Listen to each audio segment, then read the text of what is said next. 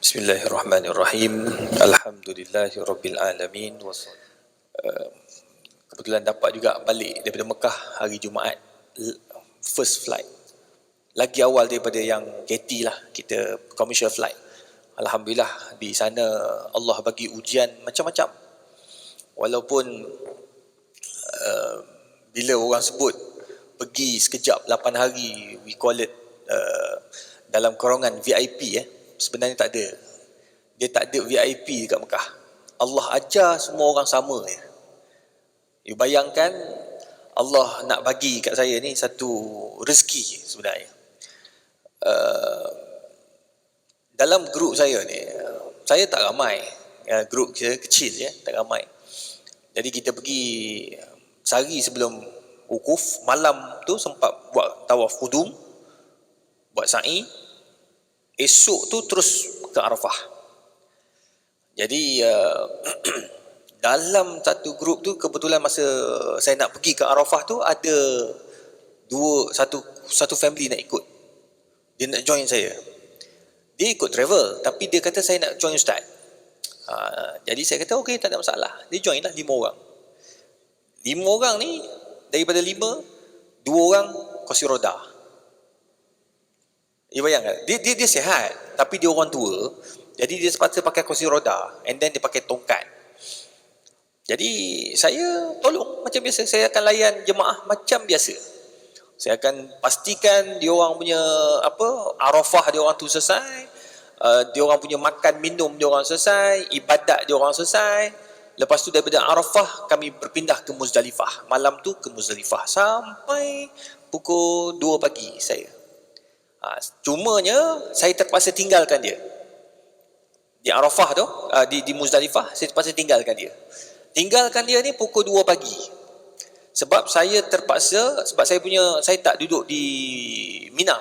Kami balik ke hotel Mekah untuk buat tawaf terus, untuk lontar esoknya. Cumanya di Muzdalifah tu pukul 2 pagi, sebab yang 5 orang tu dia ada kemah, dia kena balik ke kemah, ikut dia punya group balik. Jadi saya pun pukul 2 pagi tu saya berjalan daripada Muzdalifah sampai ke tempat Jamrah Kubra. Melontar tu lebih kurang 7 km berjalan. Orang macam ni tuan-tuan, sebab jalan banyak tutup. GMC tak boleh masuk, apa semua tak boleh masuk. Dia nak kata Tuhan nak ajar tu. 7 km jalan. Tak kira lah awak orang kaya ke miskin tu, semua jalan. Masa saya nak tinggalkan jemaah yang 2 orang tadi, yang sakit dia kan, saya dalam hati saya kata, Alhamdulillah aku dah selesai tanggungjawab aku kepada jemaah yang nak tompang dan mereka uzur 2 orang ni.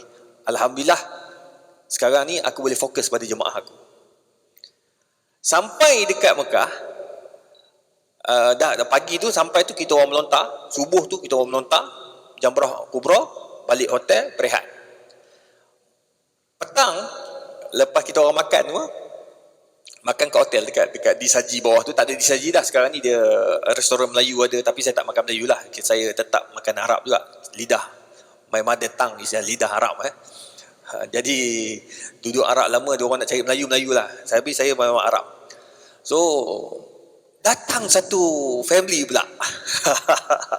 Tengok, saya terlepas 2 orang yang naik kursi roda, datang 2 orang lain nak naik kursi roda juga. Terpaksa juga saya jaga dia orang ni daripada hari pertama, hari ke-11, 12 sampai nafas awal. Saya jaga dia orang. Lagi dugaan, sebab daripada hotel nak ke Aziziyah nak ke Mina, bawa kursi roda. Terpaksa tunggu dia orang tua di jalan. Arab pula tutup jalan sana, tutup jalan sini. Tapi tuan-tuan, nikmat Allah. Kadang-kadang saya muhasabah, menangis saya saja sepanjang jalan. Saya kata, ya Allah, kau hantar aku untuk kau uji. Nak tengok sejauh mana saya sabar. Kalau ikut apa nak saya nak jaga orang, betul tak? Bukan kerja saya jaga orang ni. Dia orang ada mutawif dia pun travel. Dia bayar mahal-mahal kat travel tu lah jaga dia. Ini tak, Allah hantar orang tua-tua ni untuk saya khidmat dengan dia. Suka tuan-tuan. Dia orang pun doa, Allah mudahkan semua urusan saya. Alhamdulillah tuan-tuan dan puan, tu sebabnya kita ni bila buat haji kan, saya tak pernah lupa doa semua orang, termasuk Masjid Bukit Jelutong ni. Semua jemaah lah, semua tempat-tempat kuliah saya umum doa biar semua murah rezeki. Amin. Semoga satu hari nanti you all pun sampai sana. Tuan-tuan dan puan yang dikasihi sekalian, dari sudut sekarang ini kita akan bincang hukum berkaitan halal haram bab ketiga, perkahwinan dan kehidupan berkeluarga. Manusia tak boleh lari daripada keluarga. Manusia tidak boleh lari daripada keluarga. Itu fitrah. Kalau orang tu dia kata saya boleh hidup tanpa perempuan, perempuan boleh hidup tanpa lelaki, tak. Normally dia akan ada. Betul tak tajuk betul? Tengok dia lekat kat sini. Bawah ni. Mukaddimah. Jadi kita tak boleh lari daripada orang kata apa, daripada sifat fitrah manusia itu. Apa-apa pun dia mesti ada ilmu. Untuk lawan nafsu ni kena ada ilmu. Macam pergi Mekah hari tu lah, kena ada ilmu. Tu sebabnya saya nasihat tuan-tuan dan puan, siapa nak pergi haji, siapa nak pergi umrah, datanglah kursus.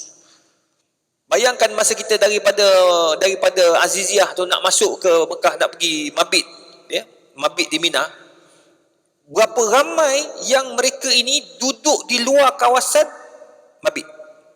Tak sah mabit dia. Yang lebih teruk lagi, Arafah. Berapa ramai orang duduk di luar kawasan Arafah untuk berwukuf, habis. Itu tak ada haji lah.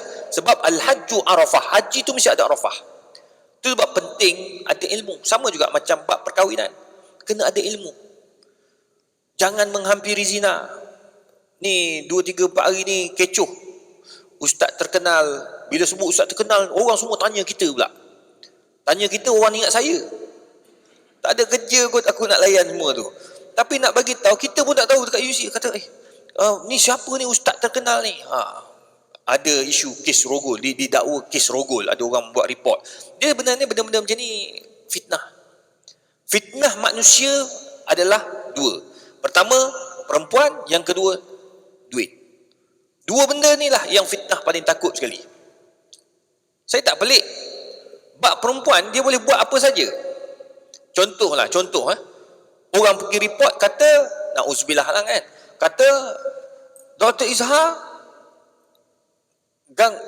mengganggu seksual, gangguan seksual. Dia buat gangguan seksual pada saya. So macam mana tu? Saya tak terpalik, betul tak? Itu buat fitnah. Allahumma inni a'udzubika min fitnatin nisa. Ya Allah, jauhkan aku daripada fitnah wanita. Awak macam mana pun tetap boleh diduga. Itu sebab kita banyak minta dengan Tuhan. Kita jagalah. Pertama, jaga hubungan. Jangan ada hubungan berdua-duaan dengan lelaki dan perempuan. Nombor 2, WhatsApp jaga. WhatsApp, Facebook, Instagram, jangan dilayan. Kalau layan, masak kita. Kalau orang tanya hukum, halal atau haram, makruh, saya akan jawab halal, haram, makruh. Tak adalah nak tanya, awak orang mana? Tak ada.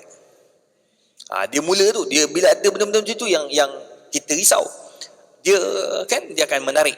So, elakkan. Nombor 3, elak daripada berbincang isu peribadi. Isu peribadi, elakkan.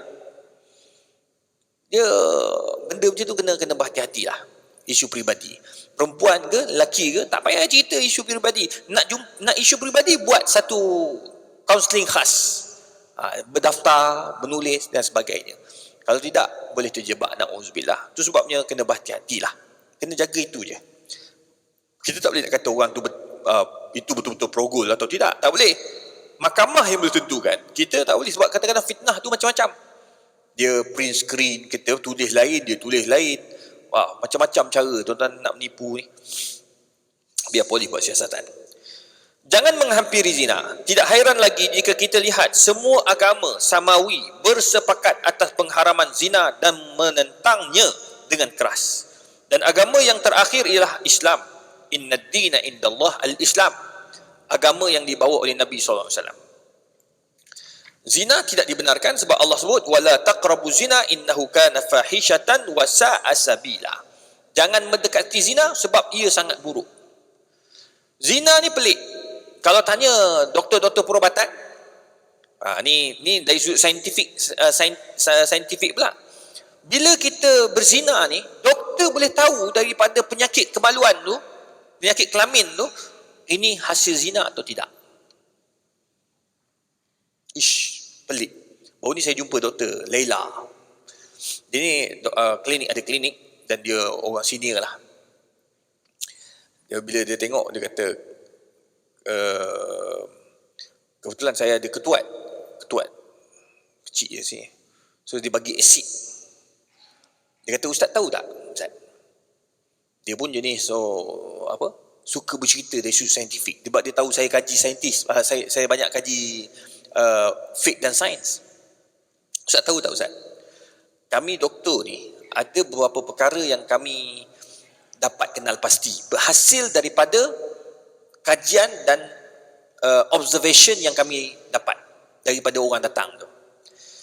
Kalau ada ketuat di bahagian kemaluan lelaki atau perempuan, selalunya hasil daripada hubungan yang haram. Saya kata, macam mana doktor cakap gitu? Hasil kajian dia, bila tanya tengok ketuat, perempuan ada ketuat kat dalam, mana boleh bagi asid tu? Tak boleh. Dia ada ubat lain pula, dia susah nak ubat. Doktor akan tanya, ada buat benda-benda hubungan kelamin dengan lelaki lain ke? Ada. Yang lelaki sama juga. Tu ketuat ni, kalau ada di bahagian kemaluan, doktor akan tanya dulu. Kalau dia kata tak, okey lah, selesai lah. Tapi selalunya, orang nak menipukan doktor ni payah. Sebab dia nak cari ubat, betul tak? Kalau dia menipu, doktor bagi ubat salah. Jadi doktor tanya, ada buat apa-apa tak baik tak? Ada, saya taubat lah. Dia cerita lah. Jadi itu sebabnya, doktor boleh tahu. Itu salah satu penyakit dia, kelamin. Pelik, tapi benar. Yang kedua, keluar macam lendir kekuning-kuningan. Saya tak tahu apa nama penyakit tu. Tapi penyakit tu tak bagus. Lelaki tak bagus, perempuan pun tak bagus. Hanya orang berzina saja. Cuma doktor cakap lah, Dr. Lena kata, dia kata, "Ustaz, satu benda yang unik dalam Islam, Allah haramkan zina, Allah halalkan perkahwinan. Lelaki kahwin 4, dia bersetubuh dengan 4 orang perempuan. Kadang-kadang dia cerai seorang, dia kahwin lain. Jadi 5, 6, 7 perempuan dia bersama. Tapi dia tetap kota dia 4. Tak pernah jumpa ada masalah kemaluan rosak.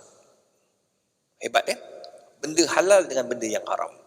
Itu sebabnya, tuan-tuan perempuan, jangan main-main dengan zina. Zina ni banyak dia punya keburukan daripada kebaikan. Kalau kita tidur dengan seorang perempuan, perempuan tu bagi kita tidur dengan dia, kita kena ingat, kalau dengan kita dia bagi tidur, maknanya dengan lelaki lain pun dia akan tetap bagi tidur. Kalau perempuan tu nak tidur dengan lelaki tu ajak tidur, bermakna lelaki tu dia biasa tidur dengan perempuan-perempuan lain juga. Sebab dia boleh tidur dengan kita. Na'udzubillah. Itu sebabnya, di situ pun kita dah tahu dah mana baik dan mana buruk. Tuan-tuan perempuan yang dirahmati Allah, maka benar Allah kata, "Innahu kana fahishatan wa sa'a sabila." Maka benarlah, ya, apabila Allah Subhanahu wa taala kata apa? Sesungguhnya zina itu adalah satu perbuatan yang keji. Keji itu dari sudut semua benda. Perubatannya, dari sudut saintifiknya, dari sudut akhlaknya, dari sudut hukumnya, semua ada kat situ. Wa sa'a sabila, maka ia adalah jalan yang tidak baik. Itu sebabnya berhati-hati. Seterusnya, tuan-tuan yang kasih sekalian, antara benda yang boleh membawa kepada zina iaitu berkhalwat dengan perempuan ajnabi, iaitu berdua-duaan. Ini juga tidak dibenarkan dalam Islam, kerana berkhalwat itu punca kepada ataupun pembuka ruang kepada fitnah. Itu kena berhati-hati. Antara yang diharamkan Islam ialah berkhalwat dengan wanita yang bukan mahram. Bukan saja perempuan, lelaki juga. Dijelaskan yang mana perempuan itu bukanlah isterinya, juga bukan dalam kalangan kaum kerabatnya, yang diharamkan bernikah secara kekal seperti ibu, saudara perempuan, ibu saudara daripada adik-beradik lelaki, ayah dan sebagainya. Bukanlah ini diharapkan kerana tidak ada kepercayaan pada lelaki atau perempuan, ataupun salah seorang dari keduanya. Namun ia adalah satu benteng untuk menutup pintu-pintu keburukan. Contoh,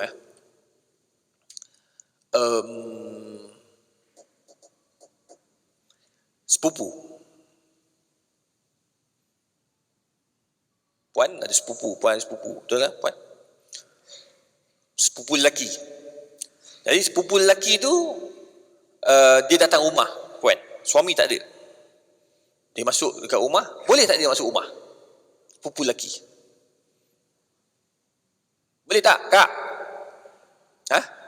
Kenapa tak boleh? Sepupu ni. Dulu masa kecil tidur sama-sama. Mandi sama-sama. Contoh, dulu kecil-kecil kata. Kan? Macam mana tu? Kita yang belajar ni, yang kat luar tu, boleh adjust kan? Bukan boleh adjust. Benda boleh bincang. Alah, sepupu kita kot. Pak Karim ni dah lama dengan mak ni. Mak dengan Karim ni, Allah. Mak tahulah kat mana dia punya tai lalat. Karim tu tahulah, Pak Karim tu tahulah mak punya panau dulu kat mana. Takkanlah mak nak buat apa-apa. Ya, memang dari sudut kepercayaan awak percaya, tetapi fasyaitanu salisuhuma. Syaitan berada nombor 3. Apa-apa pun boleh berlaku. Dulu kau kecil tak ada nafsu, sekarang dah ada nafsu. Orang kata, ustaz dah tua, ustaz. Tua, minat dia orang tua. Betul tak? Sorry lah, ni fitrah. Nah, tua, dia tengok orang tua, naik nafsu. Walaupun dua-dua dah jadi atuk dan nenek, kalau tak, Jabatan Agama tak tangkap atuk nenek, kena tangkap khalwat. Betul, makcik. Seorang atuk ditangkap khalwat dengan seorang nenek. Mana gua tahu? Itu yang berlaku. Tanyalah orang Jabatan Agama yang tangkap khalwat tu. Macam-macam jenis manusia jumpa. Na'udzubillah. Na'udzubillah. Tak naklah terlibat benda-benda yang bukan-bukan macam tu. So, ingat.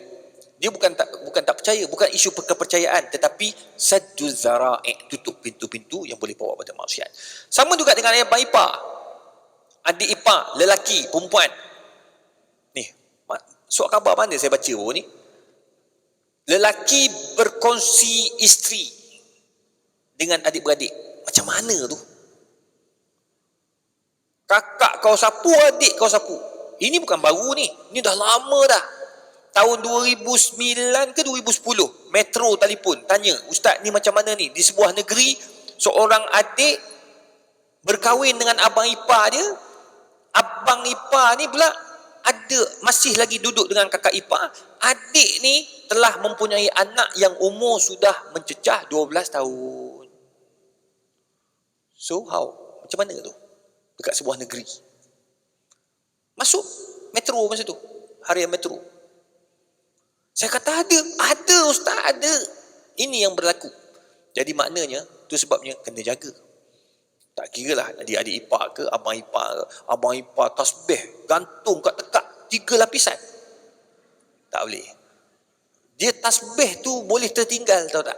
Disebabkan benda ni, sedar-sedar tasbih kat bawah.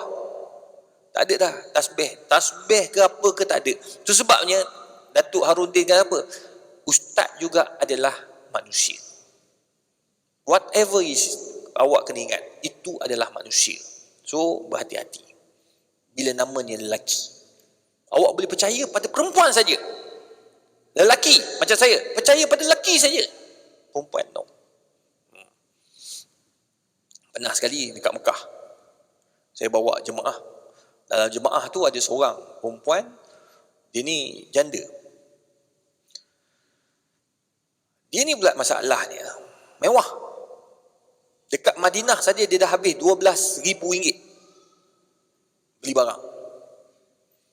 Beli barang saja baru 2 hari duduk dekat Madinah dah RM12,000. Hari ketiga, okeylah, ni balik Mekah. Pergi ke Mekah. Bila pergi ke Mekah,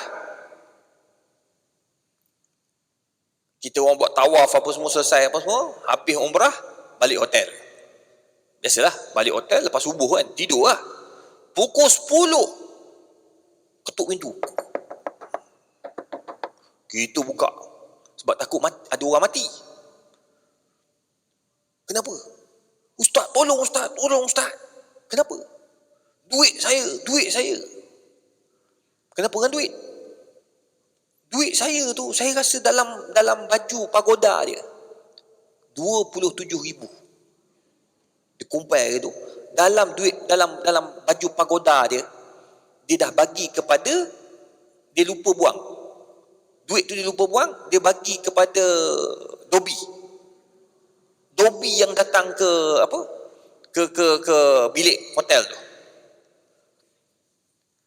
Jadi saya pun turunlah bawah, pergi turun bawah kat lobi. Saya tanya mana orang yang buat tu, jumpa orang tu, dia kata tak, dah pergi ke kedai, kedai kata tak ada, dia tunjuk kat baju tu dah kosong, tak ada apa pun.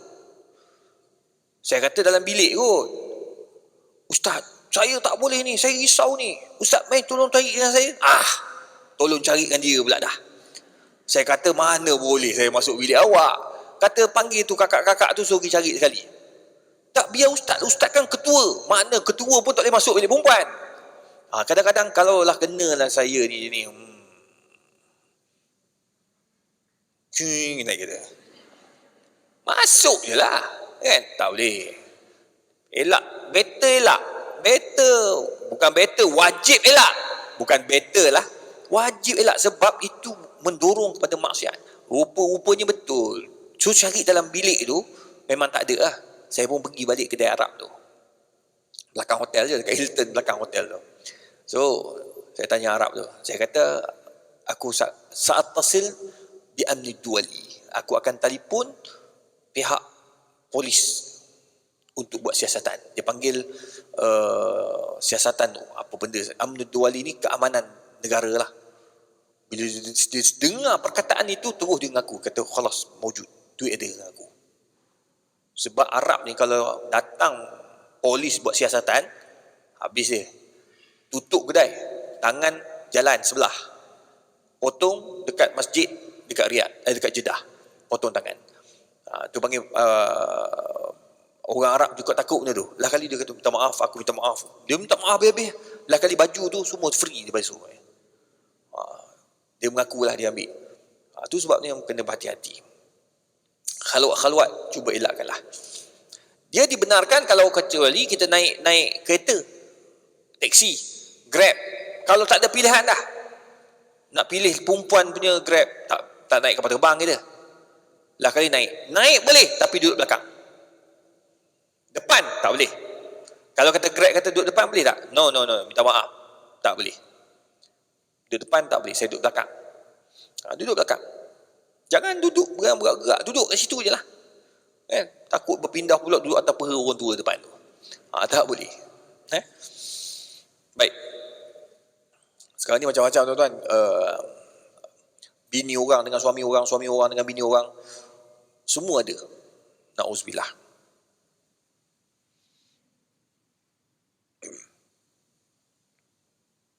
Tu. Nabi SAW sebut, man kana yu'minu billahi wal yawmil akhir fala yakhluwanna bimra'atin laysa ma'aha dhu mahramin minha fa inna thalisuhuma syaitan. Tengok. Jangan berdudukan dengan perempuan ajnabi sebab yang ketiga tu adalah syaitan. Dalam firman Allah Taala dalam surah Ahzab, wa iza sa'altumuhunna mata'an fas'aluhun min wara'i hijab. Zalikum athharu liqulubikum wa qulubihim. Tengok. Bila kau nak minta apa-apa dengan orang perempuan ni, minta di balik tirai. Maksudnya jaga. Jangan terlalu dekat. Jangan terlalu, orang kata apa, jauh sangat pun tak boleh juga. Nak bercakap tapi 1 kilometer jauh. Tak payahlah gitu. Cakaplah macam biasa. Cuma kita tengok bukan tengok dengan pandangan nafsu. Sebab muka perempuan ni bukan aurat. Tapi kalau kita tengok, cakap tu biasa. Kita boleh tengok orang tengok dengan mata nafsu, dengan mata tak nafsu. Kita tengok orang, dia cakap, tengok orang perempuan, dia bercakap pun, kalau boleh, jangan terlalu fokus pada lelaki tu, dia cuba elak-elakkan mata. Itu je. Tak perlulah sampai peringkat nak bercakap sini, okey, cakap kak ni kan. Kejap Ustaz. Bawa keluar tirai, tutup gitu. Tak payahlah. Macam biasa. Cuma ni jagalah percakapan. Macam saya cakap dengan Kak Ju. Saya cakap biasa je. Ustaz. Dia suara biasa. Tak pernah dia datang, hai Ustaz. Aku berlari dengan Kak Ju. Tapi tak, dia biasa-biasa. Ustaz. Suara suara kejantanan tu keluar. Ustaz, kat mana sekarang ni?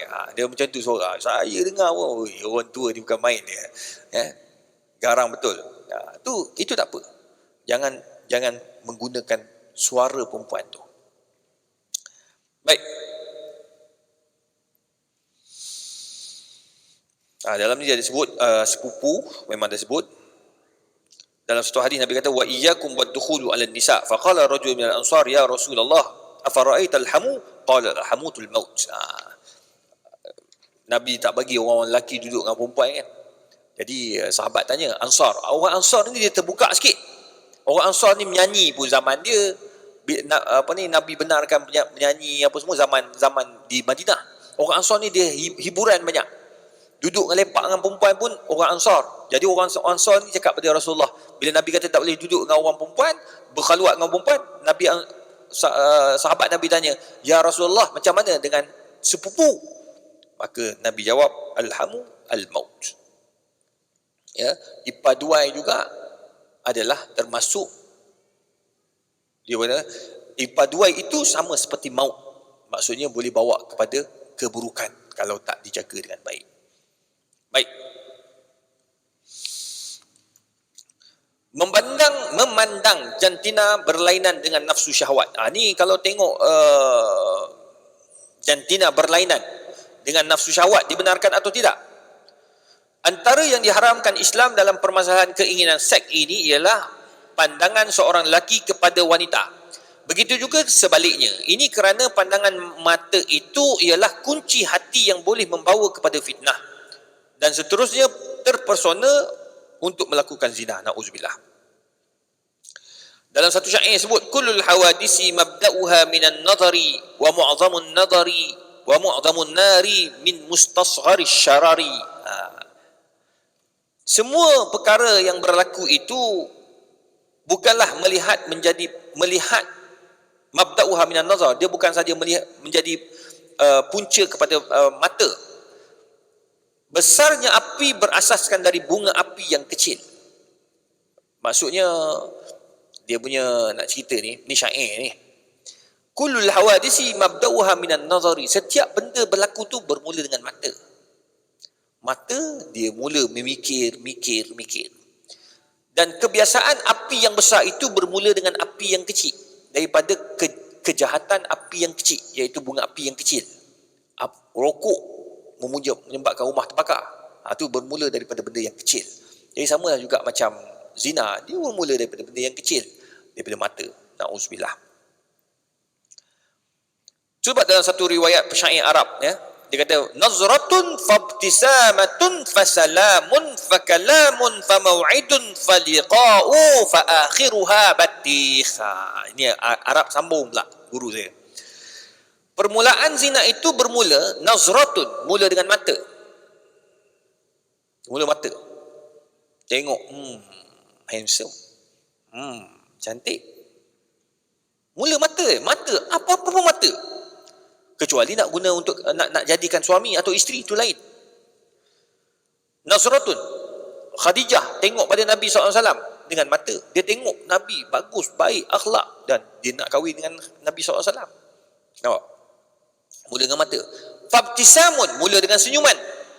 Senyuman biasa dengan senyuman mengorat lain. Senyuman ni ada banyak jenis senyuman. Senyuman ngorat. Macam mana senyuman ngorat? Senyuman ngorat ni. Macam mana Tak boleh nak bagi, tak boleh nak bayangkan macam mana. Biasa mengorat. Iyalah tu makcik.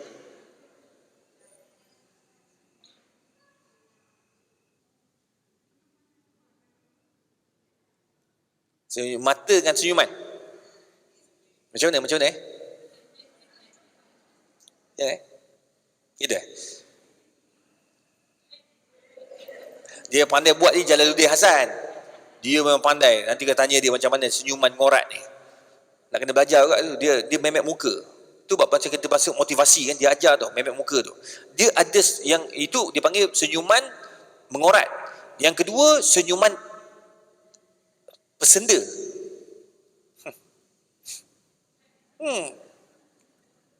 Oh. Masih faham mata Oi, hebat lah kak. Akak ni belajar psikologi ke tak? Tengok, dia masih dengan mata. Masih mata tu. Betul lah kak? Kan apa Nabi pun pesan kan, jaga mata kan. Fala tanzurun nas bi ainil haqiratain. Jangan tengok manusia tu dengan mata yang hina. Tengok pakai bab plastik je. Tak betul. Semalam kita orang saya penasihat syariah ada sebuah syarikat ni. Jadi ada seorang biasa dia datang semalam sembang. Pakai pun selipar tek. Jadi bila sembang kawan saya tu dia agensi pelaburan patuh syariah lah. Dia link dengan Tan Sri Daud Bakar. Syarikat Daud Bakar jugalah dia punya link. Maksudnya Tan Sri Daud Bakar ada kat situ. Dia macam advisor kepada syarikat tersebut. Macam glove. Duduk saja-saja sembang, sambil santai-santai. Okey. Saya nak melabur sebanyak 1 juta. Macam tu je. Tu jangan tengok orang. Jangan. Cina dia tak tengok orang macam tu. Cina kadang orang Cina ni dia pakai nampak selekeh je. Tapi dalam akaun berlambak. Ni orang-orang bank begitu. Dia kata ustaz, jangan tengok orang Cina tu datang pakai pagoda je pakcik tu. Tapi dalam bank belah-belah juta. Tu. Orang Melayu datang tie macam tu. Bag. Bukan LV, lava. Semua ada gini. Tapi hutang keliling pinggang. Tu kena beringat. Tu jangan tengok pada luaran saja. Tu. Jadi tengok mata. Dia panggil senyuman penghinaan dia panggil. Yang ketiga, senyuman ikhlas. Senyuman ikhlas boleh bagi lah. Nah, hai. Ikhlas tu. Tak, kita bayar zakat, kita bagi sedekah. Ya, tahu. Itu ikhlas namanya. Itu senyuman ikhlas. Dia ada senyuman tak ikhlas. Itu semua ilmu tak sempat belajar lagi macam mana. Nanti saya pergi belajar macam mana memek muka tu. Bagus kat tu. Tu ilmu. Kita boleh tahu. Oh, ni. Kalau orang-orang bisnes kan, dia orang tahu, dia orang belajar. Dia kata tengok cara dia bercakap, kita tahu dah dia tak berminat. Tu. Kena belajar juga. Tu dia panggil memek muka. Sebab Nabi SAW, dia mempunyai memek muka yang menarik. Nabi SAW. Orang tengok dia pun dah minat dah. Itulah Nabi SAW. Senyuman. Fasalamun. Mula dengan tengok, kemudian senyum, kemudian salam. Hai. Dia mula hai. Bahasa Melayu, bahasa kita hai lah. Dia orang Arab, salam. Assalamualaikum. Assalamualaikum. Ya ukhti. Ya ukhtah. Dia anti min ain. Dia gunakan bahasa tu. Orang perempuan dia suka lah. Sekali orang Arab di Mekah pun dah pelik dah. Semua free hair. Turun dekat Jeddah tu, free hair semua. Terkejut saya. Gambar perempuan tak tutup aurat dah. Hai, pelik. Dah berubah sangat dah. Yang keempat, fakalamun. Bermula dengan cik-cik. Nombor 5, mau'idun. Dah mula buat perjanjian. Janji temu, pukul berapa dan sebagainya. Dan terakhir, pertemuan. Bila bertemu, dia akan berkhalwat. Bila berkhalwat, tu yang guru saya tambah. Fa'akhiruha batikh. Dan berakhirlah pertemuan itu dengan apa? Dengan buah tembikai. Saya pun tak faham apa maksud buah tembikai. Tapi dia berakhir dengan batikh. Berakhir dengan benda yang tidak baik. Na'uzubillah. Maka benarlah Allah Ta'ala sebut, qul lil mu'minin yaghuddu min absarihim wa yahfazu furujahum. Bagi tahu pada orang lelaki, jaga mata dan jaga kemaluan. Dzalika azka lahum, itu yang terbaik bagi mereka. Innallaha khabirum bima yasnaun, sebab Allah tahu apa yang kamu buat. Wa qul lil mu'minat, Allah kata bagi tahu pada orang perempuan, yaghuddna min absarihin, jaga mata orang perempuan. Wa yahfazna furujahun, jagalah kemaluan kalian. Sebab itulah yang ditekankan oleh Allah Azza wa Jalla. Kalau dua-dua ni, dia jaga dua benda, laki jaga mata dengan kemaluan, perempuan jaga mata dengan kemaluan, insya-Allah tidak ada masalah anak luar nikah. Insya-Allah. Ya. Baik. Dalam muka surat 261, orang lelaki ni pula memang dia ada riwayat bahawa Ali radhiyallahu an dia ni pernah berlaku pada Nabi SAW yang menyuruh supaya menahan nafsu. Okey, bukan.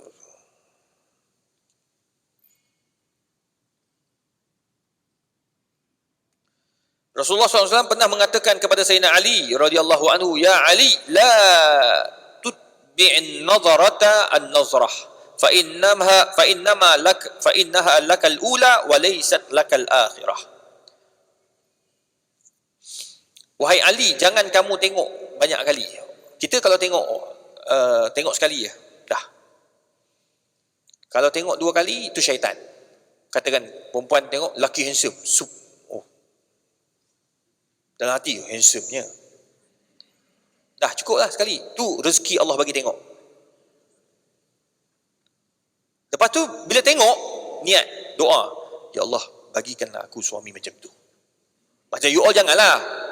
You all dah ada suami, doa, ya Allah bagilah anak aku dapat suami macam tu. Tukarlah ayat tu, tukar. Bagilah suami aku anak aku dapat suami macam tu, handsome macam tu. Sekali je. Kalau tengok dua kali, itu bukan doa untuk anak, doa untuk dia tu. Doa untuk dia sekali. Ni guru saya ajar ni. Bila kamu kali pertama nampak, doa, Allahumma rzuqni mislaha. Ya Allah bagikan aku cantik perempuan itu macam. Sekali cukup. Kalau orang perempuan tengok lelaki handsome, sama juga. Allahumma rzuqni mislahu. Ya Allah bagikanlah aku lelaki yang macam tu ya Allah. Gitu. Ni bagi yang tak kahwin lagi. Yang dah kahwin, dah tak ada doa tu lagi dah.